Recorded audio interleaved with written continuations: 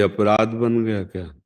श्री हरिवंश गुरुदेव भगवान, जैसे पहले जो लगन तत्परता के साथ होती थी, अब वही एक बोझ सा लग रही है महाराज जी। भजन की थोड़ी भी तन्मयता में बहुत घबराहट होती है महाराज जी।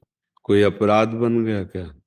श्री हरिवंश गुरुदेव भगवान, जैसे पहले जो लगन तत्परता थी इसीलिए इसीलिए हम पूछ रहे हैं, कोई अपराध बन गया क्या?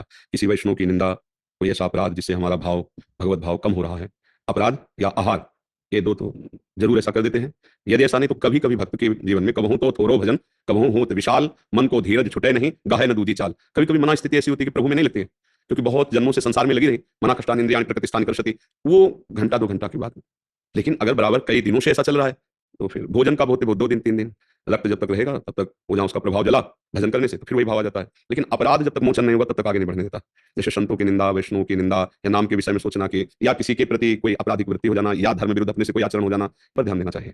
अगर ऐसा कुछ है तभी ऐसा बाधित होता है, नहीं तो प्रतिपल उत्साह बढ़ता है। जब हमसे कोई पाप बन जाता है तो हमारे चिंतन को शुष्क कर देता है, और जहाँ चिंतन शुष्क हुआ, रस नहीं मिला, तो विषय की तरफ भागता है मन, और विषयों की तरफ मन गया कि फिर भजन भाव छूट जाता है। इसलिए आपको ही विचार करना पड़ेगा कि आपके द्वारा कहीं ऐसा कुछ तो नहीं हुआ। जैसे कल ही एकांतिक के बाद एक सज्जन खड़े हुए और रोने लगे कि जब आपका सत्संग सुना तो हमारे सब जीवन सुधरा और बहुत आध्यात्मिक रुचि बढ़ने लगी। फिर हमने किसी वैष्णव पर दोष दर्शन किया, पूरे सब खत्म हो गया, चिल्ला कर रो रहे थे कि बचा लो मेरा भाव। ऐसा तो कभी कभी हम अपनी मायाकृत बुद्धि से महाभागवतों को नहीं जान पाते, और बाहरी बातों पर जो हमारी मलिनता है उसमें आरोप करके हम उनके प्रति दोष दर्शन या निंदा करने लगते हैं। भजन करने वाले को चाहिए, नारायण स्वामी का ये दोहा का अर्थ समझ ले, तेरे भावे जो करे भलो बुरो संसार, नारायण तू बैठ के अपनो भवन बुहार।